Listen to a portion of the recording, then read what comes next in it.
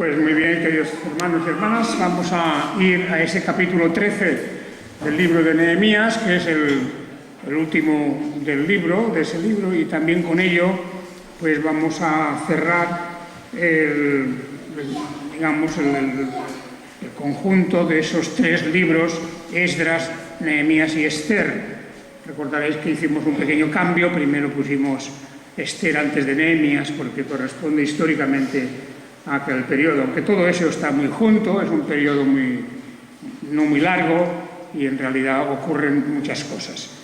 Pero al llegar aquí al final del libro de Nehemías, pues vale la pena recordar que se trata de ese libro en el que encontramos pues ya la última fase de la restauración y la recuperación de las tierras, de las ciudades y pueblos del pueblo de Israel, y que todo eso está dirigido pues por un hombre de carácter fuerte, de carácter enérgico, como es Nehemías. Hay una cierta diferencia entre Nehemías y Esdras, aunque también vemos en Esdras la firmeza propia de aquel que sabe que tiene una misión encomendada por el Señor. Pero indudablemente Nehemías tiene algunos rasgos que destacan, ¿verdad?, y que llaman la atención. Pues indudablemente, por ejemplo, hemos leído del versículo 25 la reacción suya al descubrir que continuaba, porque no era la primera vez, continuaba diríamos, esa especie de unión o fusión con el paganismo de su tiempo, no solamente por causa de los matrimonios que se estaban celebrando, sino porque precisamente se trataba concretamente de personas de unos determinados pueblos que estaban proscritos, que habían sido prohibidos directamente por Dios. Eso lo vemos incluso al principio del capítulo, que eran los amonitas y moabitas. Concretamente con esos habían hecho una serie de matrimonios, está incluyendo la gente de Asdod. En versículo 23 habla de que judíos que cohabitaban con mujeres asdoditas, amonitas y moabitas.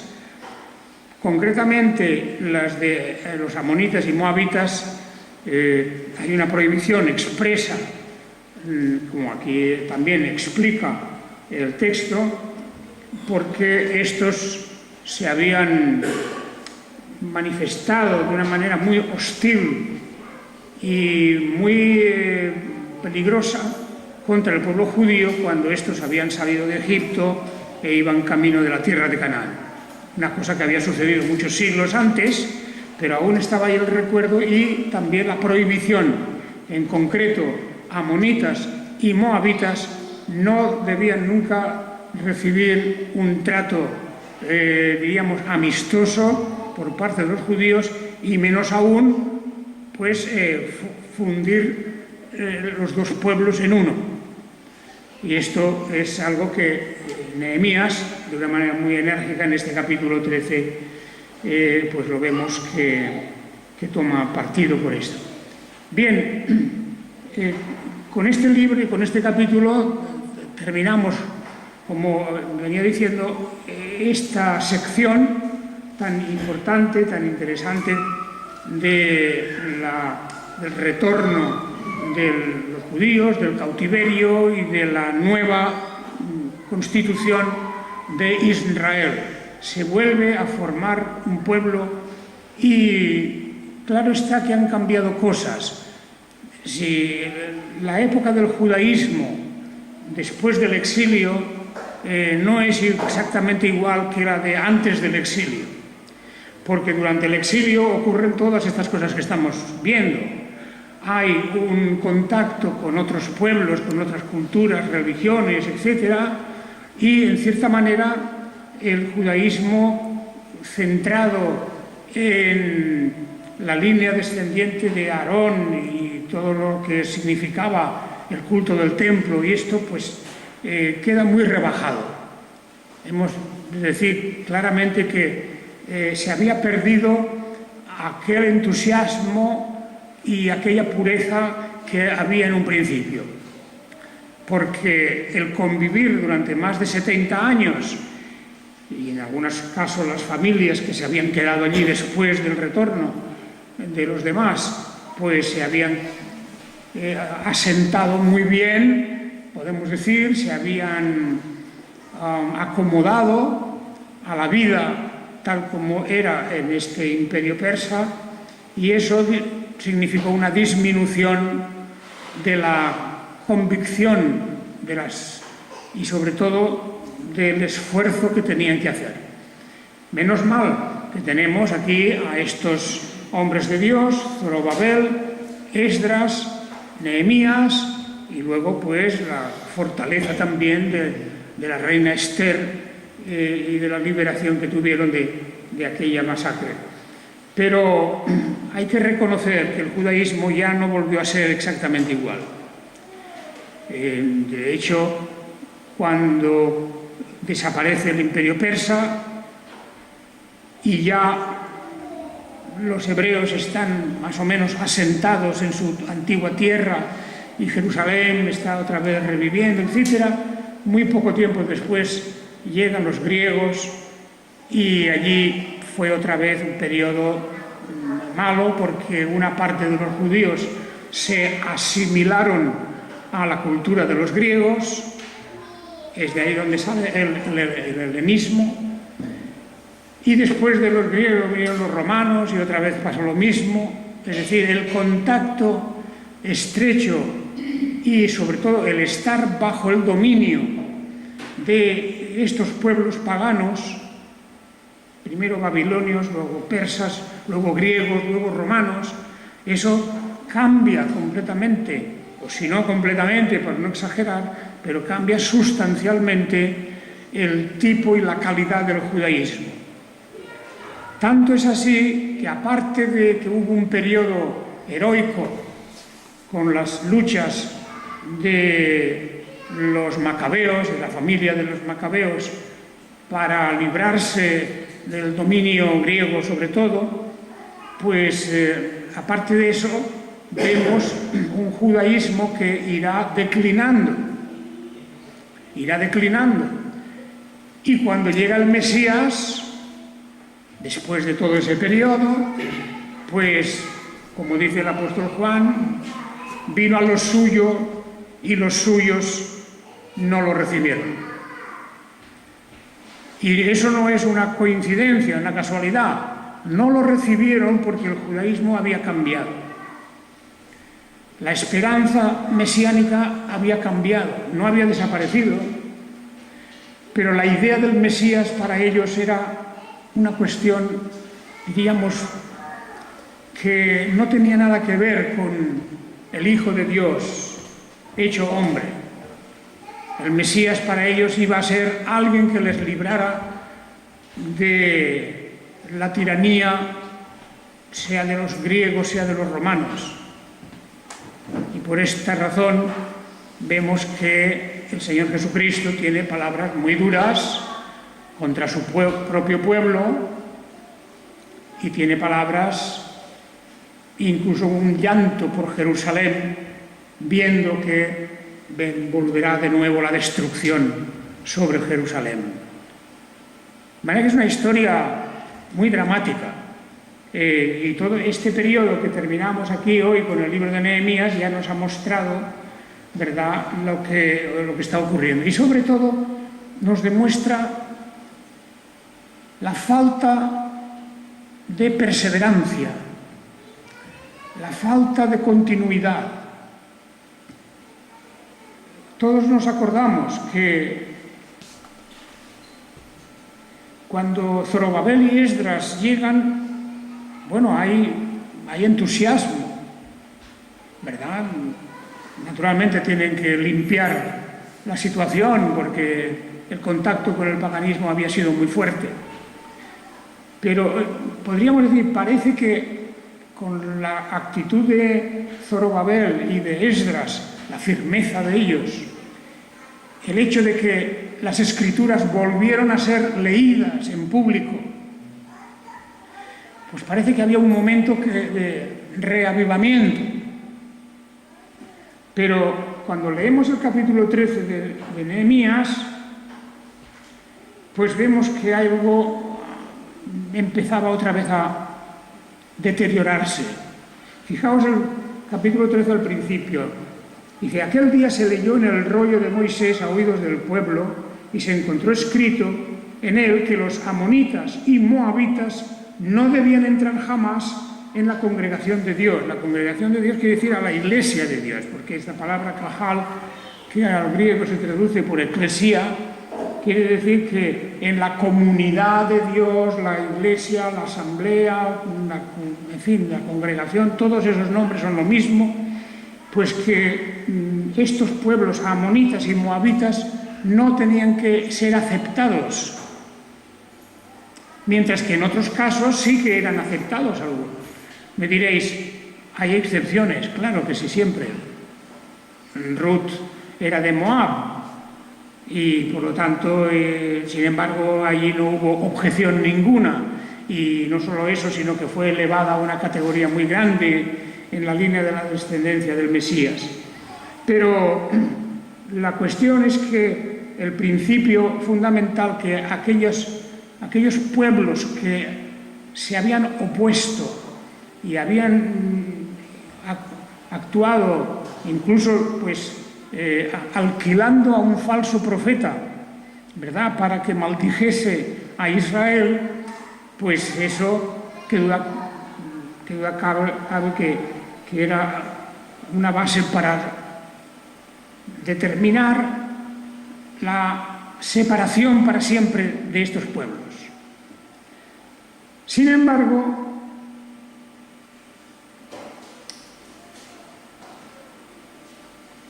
le vemos aquí en este caso que Nehemías, que había estado ausente un tiempo de Jerusalén, mientras estaban ocurriendo ciertas cosas, dice, resulta que en el versículo 4 nos enteramos que antes de esa cuestión que acabamos de mencionar, de la lectura en público de la ley, etc. Por cierto, cuando esto ocurría, Nehemías no estaba allí, no estaba. Fijaos en el versículo 6, dice, durante todo esto, o sea, todo lo que precede, durante todo esto yo no estaba en Jerusalén. Recordemos, Nehemías habla en primera persona. Yo no estaba en Jerusalén porque en el 32º año de Artajerjes, rey de Babilonia, había ido ante el rey. Al cabo de algún tiempo pedí permiso al rey y regresé a Jerusalén, donde me percaté del mal que había hecho Eliasib. El mal que había hecho Eliasib a favor de Tobías al prepararle un aposento en los atrios de la casa de Dios. Bueno, naturalmente que esto fue un golpe duro para el propio Nehemías, porque resulta que Eliasib era el sacerdote encargado de la cámara de la casa de nuestro Dios, y que además había emparentado con Tobías, y Tobías era uno del pueblo amonita, de los dos pueblos que estaban específicamente prohibidos la unión con ellos. O sea que al regresar, Nehemías descubre que este sacerdote es un sacerdote encargado, no nos dice exactamente si era el sumo sacerdote, pero encargado de la cámara de la casa de nuestro Dios, es decir, seguramente se refiere a la cámara de los tesoros y de la cámara donde se almacenaban las cosas de valor, etcétera. Pues allí, bien, es que en realidad había limpiado la cámara, la había despejado y le había entregado esa cámara para que allí viviera este tal Tobías. Le había preparado un gran aposento donde antes se depositaban las ofrendas vegetales, el incienso, los vasos y los diezmos del grano, del vino nuevo y del aceite prescrito para los levitas, cantores y porteros, así como la ofrenda para los sacerdotes. Y como dice aquí el texto a continuación, durante todo ese tiempo Nehemías no estaba en Jerusalén. Por lo tanto, aquí hay una cosa muy clara. Nehemías, que tenía un carácter fuerte, indudablemente le tenían un respeto y un cierto temor. En el momento en que se marcha, pues dijeron, ahora es la nuestra, y empezaron a cambiar cosas. Algunos de los que estaban allí empezaron a cambiar cosas. Y eso recuerda, en cierta manera, los temores siglos más tarde, los temores del apóstol Pablo. El apóstol Pablo, en el libro de los Hechos, también él, cuando se despide en Hechos 20, habla en este sentido, como profetizando, avanzando un poco lo que puede ocurrir cuando él no esté. Cuando él no esté. En Hechos 20, como digo. Y es una profecía que indudablemente se cumple perfectamente. Y en Hechos 20 y versículo 29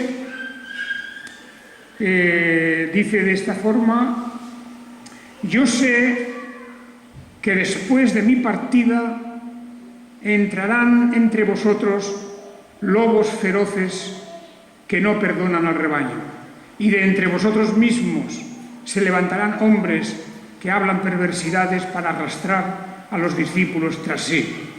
Es la despedida del apóstol en Mileto, en la isla de Mileto, y de los hermanos en Éfeso. Se despide, y este mensaje, que es emocionante, todo el mensaje que él les transmite, pero fijaos que termina con unas palabras, vamos a llamarlas no de pesimismo tal vez, pero de esa premonición que él tiene, o de esa revelación de que después de su partida entrarán entre vosotros lobos feroces. Bueno, el caso de Nehemías, en cierta manera es así, tiene las diferencias de que Nehemías volvió y restauró las cosas. Pablo ya no, sabemos que Pablo vive unos momentos en que él tiene que luchar abiertamente a través de sus cartas para combatir errores, herejías, corrupciones. Todo eso tiene que hacerlo él a través de sus cartas y de algunos de sus viajes. Pero fundamentalmente, cuando Pablo desaparece definitivamente, la Iglesia tiene que empezar a sufrir, la Iglesia cristiana, lo que él estaba previendo en ese texto de Hechos, capítulo 20, que iban a entrar lobos en medio del rebaño. Aquí, en el libro de Nehemías, encontramos pues que, vamos a decir, providencialmente, Nehemías regresa, y al regresar se encuentra la sorpresa, porque habían pasado no sabemos cuánto tiempo, pero varios meses, por las distancias de los viajes, por los trámites que tenía que haber hecho en la corte real, etc., pues después de varios meses se habían las cosas estropeado. En realidad, en poco tiempo se pueden estropear. Moisés subió al monte y como veían que tardaba, pues allí también dijeron, ahora es la nuestra.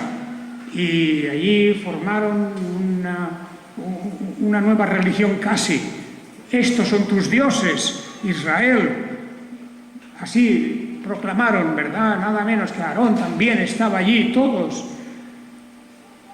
Y eso nos enseña, fijaos, en esa cuestión de los tiempos de Moisés, en los tiempos de Pablo, en los tiempos de Jeremías, esos cambios que da la gente. ¿Cómo es posible que los que están andando en un buen camino de repente se giran y se vuelven en otra dirección? La falta de convicción, la falta de firmeza, el deseo de estar con las mayorías. Eso es importante para mucha gente. Yo estoy dentro de un grupo muy grande y los que habían mantenido una fidelidad a la palabra de Dios, etcétera, pues estos eran los menos. Siempre fueron menos. Y ahí tenemos el ejemplo, pues, de estos casos que va muy bien para recordar lo que estaba ocurriendo en este momento. Bien, pues aquí Nehemías, el gran profeta y el gran dirigente y servidor de la obra de Dios, pues él dice, cuando regresa a Jerusalén, se percató del mal que había hecho Eliasib a favor de Tobías al prepararle un aposento en los atrios de la casa de Dios, y eso me indignó sobremanera, por lo que hice sacar todas las pertenencias de Tobías fuera de la cámara. Ahora, podemos imaginarnos la historia, ¿verdad? Y el episodio, nos lo podemos imaginar. Nehemías era una persona, por lo que vemos aquí, de carácter, bueno, no solo enérgico y fuerte, sino explosivo, de carácter explosivo. Él no dudó en coger y sacar todo. Así cogió a sus ayudantes y vaciaron la cámara que estaba en la casa de Dios, que había sido dada a un pagano, Tobías, que nada tenía que ver con el pueblo de Israel, dentro del templo. Imaginémonos lo que eso significa. Estaban utilizando el templo pues como casa de alquiler para personas favorecidas, para personas que eran especialmente respetadas por algunos. Pero esa reacción de Nehemías no es la única, porque cuando él descubre, también un poquito más adelante, que muchos de los judíos precisamente se habían unido con mujeres amonitas y moabitas, particularmente prohibidos, entonces, pues, dice, contendí con ellos, se peleó con ellos, los maldije y castigué a algunos de ellos y les arranqué los cabellos y les hice jurar por Elohim diciendo, no daréis vuestras hijas a sus hijos ni tomaréis de sus hijas para vuestros hijos ni para vosotros. Este es un caso, indudablemente, como él aquí nos recuerda, Salomón también, a pesar de ser un gran rey y amado del Señor, fue desviado por estas mismas relaciones con todas aquellas esposas que él tomó de fuera. Y por esta razón hay aquí un momento muy dramático, hay que reconocerlo, como lo vimos también al principio, con el libro de Esdras, y es que se tuvieron que deshacer familias, y que esto no representa un precedente para nosotros. Estamos tratando de algo diferente en cuanto al espíritu, y que sin embargo nos da una lección muy clara, y que es la asociación con el pagano incrédulo de toda esta gente que practicaban un culto tan negativo y tan diferente. No olvidemos, con sus sacrificios humanos, con sus sacrificios de niños incluso, que todo eso era imposible de tener una relación con ellos. Y por lo tanto, el ambiente, no nos hemos de extrañar que esas familias acaban deshaciéndose, y hemos de comprender que había allí un drama y una situación triste, pero no había más remedio. Porque de haber continuado esto, de no haber hecho nada, el pueblo de Israel habría sido rápidamente absorbido por las culturas, las religiones, incluso la lengua, porque se habla aquí también de que este profeta, este gran dirigente Nehemías, se percata de que los niños no hablaban hebreo bien y tampoco hablaban la otra lengua bien. Había allí una confusión, una situación, hasta que incluso con eso él se percata de que no podía continuar esa situación de esta manera. Bien, aquí pues este capítulo, que es de los más duros, ¿verdad? Porque hay aquí una lucha física incluso, arrancarle los cabellos a esta gente, ¿no? Nehemías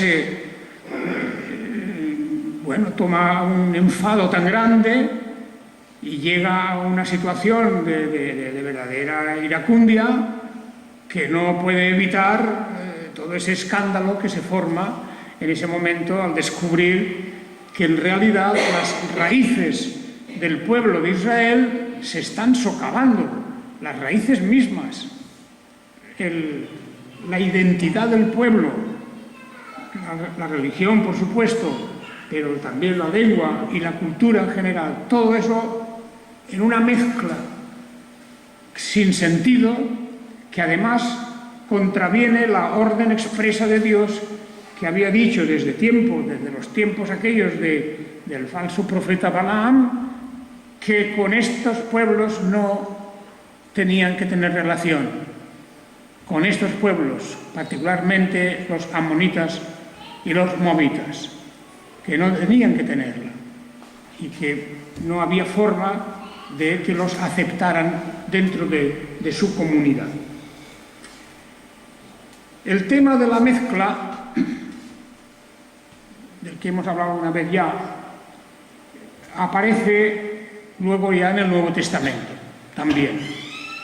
Y naturalmente ya no es una cuestión de raza. Aquí sí. En el Antiguo Testamento hay una cuestión de raza por el medio. Eran gentes de otras razas, de otras culturas, de otras religiones, etc. En el Nuevo Testamento, digo, no es una cuestión de raza, no es una cuestión de lengua, como aquí sí que lo era, porque vemos aquí que dice, sus hijos hablaban a medias el lenguaje asdodita, estaban los de Asdod también, y no podían hablar bien el idioma de los judíos, sino conforme a la lengua de aquellos pueblos. Claro, naturalmente, si un niño no se entera de lo que le están enseñando, porque no entiende la lengua, pues ahí no hay posibilidad de educarlo en la fe y en las tradiciones de sus antepasados. Y esto es lo que ocurre en este momento. Y en el Nuevo Testamento es diferente. Han cambiado muchas cosas, claro, de donde hemos de recordar siempre que nuestra lectura del Antiguo Testamento se ha de adaptar al cambio de las circunstancias con el Nuevo Testamento. No solo circunstancias, al cambio profundo, puesto que todo lo que estamos leyendo del Antiguo Testamento, que viene orientado por la ley de Moisés particularmente, por todo lo que tenemos en los 5 primeros libros, pues eso llega el momento en que el Señor Jesucristo declara que esa ley ha sido ya cumplida. Ha sido cumplida en Él mismo, en su persona. Y que nosotros no estamos sujetos a la misma ley en el sentido en que lo estaban los propios judíos. Y por eso, cuando leemos las cartas a los Gálatas, a Romanos y varias otras cartas, el mismo libro de los Hechos de los Apóstoles, pues ahí vemos, a veces parece como si el apóstol estuviera combatiendo la ley o estuviera negando la divinidad de la ley. Y no es así. Él dice, no, es que esto no pervive para siempre. Ha sido cumplido en la persona de Jesucristo, en el sacrificio de Jesucristo, y el camino de la ley hoy le llamaremos legalismo, es decir, el fariseísmo y todas las otras sectas que surgen en esos tiempos del Nuevo Testamento ya, que demuestran que realmente no han entendido la gran diferencia y la gran transición que hay del Antiguo al Nuevo Testamento. Por lo tanto, es muy importante conocer el Antiguo Testamento, conocerlo, valorarlo, honrarlo, pero no podemos aplicar literalmente las cosas del Antiguo Testamento a la vida de la Iglesia del Nuevo Testamento. Y en eso hay un ejercicio difícil, no es sencillo, porque, claro, caemos a veces en la... Todos conocemos las Escrituras, recordamos el Antiguo Testamento, y es fácil que de alguna manera algunos textos del Antiguo Testamento los queramos aplicar rápidamente a la situación que vivimos en el Nuevo, dentro del Nuevo Pacto. Y eso tiene sus riesgos, sus peligros, y el cristiano ha de estar preparado, por un lado, a conocer y reverenciar la escritura del Antiguo Testamento, porque hay una riqueza inmensa en ellas, y luego como cumplimiento que se realiza en el Nuevo Pacto. Y con el Nuevo Pacto es cuando entramos en una era distinta, como el apóstol pues, nos viene a enseñar en esas cartas que menciono. Prácticamente en casi todas sus cartas hay esos problemas. Las cartas a los Corintios hay también problemas de judaísmo, problemas de legalismo, y en casi todas las cartas. Es decir, eso es un problema que aparece a lo largo de todo el Nuevo Testamento y de la Iglesia primitiva. ¿Y por qué? Pues porque habían algunos que querían continuar no solamente circuncidando, sino aplicando toda la ley a la Iglesia cristiana. Y esto es el problema que surge y continúa surgiendo, porque el legalismo todavía existe, y mucho dentro del cristianismo y dentro del mundo protestante también. El legalismo, es decir, la aplicación sin más de textos o de instituciones o de mandamientos, etcétera, que puedan haber en el Antiguo Testamento. No podemos hacer para la vida cristiana una especie de ensalada o de cóctel en donde vamos mezclando sin ton ni son textos de un lado, textos de otro. La Biblia no tiene esa interpretación. Eso es muy peligroso incluso. El aplicar las instituciones del Antiguo directamente al Nuevo y obligar a la Iglesia y a los miembros de la Iglesia a vivir de acuerdo con ellas. Bien, ese tema puede ser que lo estudiemos pronto también, porque después de terminar ya Nehemías, pues es posible que o bien sea la carta a los romanos o bien la carta a los gálatas, que será nuestro siguiente texto para los domingos,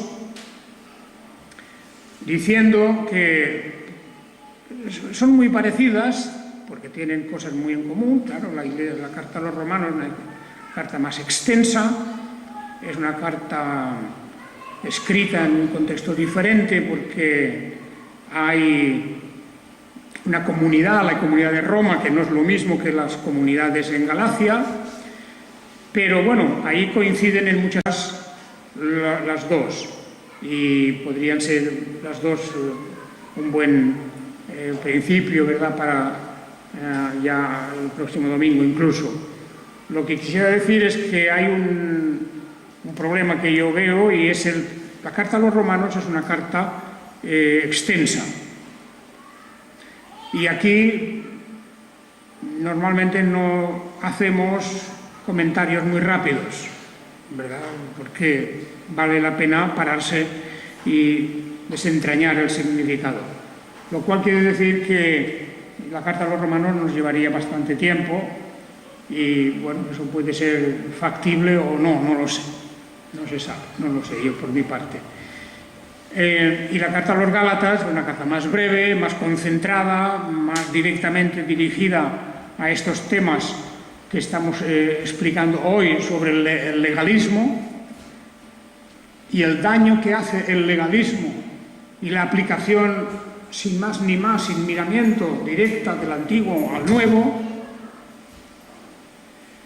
y que eso pues conviene que lo tengamos muy claro, nosotros todos, porque es fácil caer, confundir la santidad, por ejemplo, la santidad, con el legalismo. Eso es muy frecuente.